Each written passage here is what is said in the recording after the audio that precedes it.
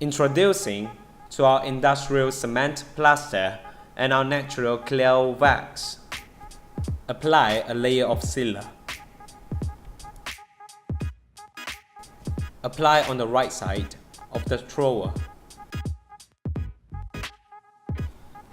Apply the plaster at a 45-degree angle with the thrower on the preferred wall.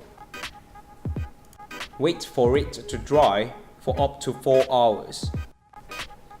Apply the second layer of plaster using the same method.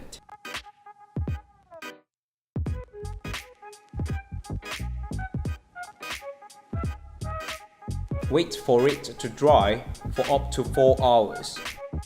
Apply the wax with a microfiber sponge in a circular motion. Remember to wait for 10 minutes before buffing. Buff the wall with a clean microfiber sponge.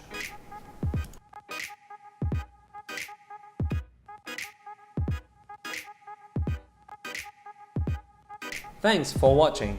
Stay tuned.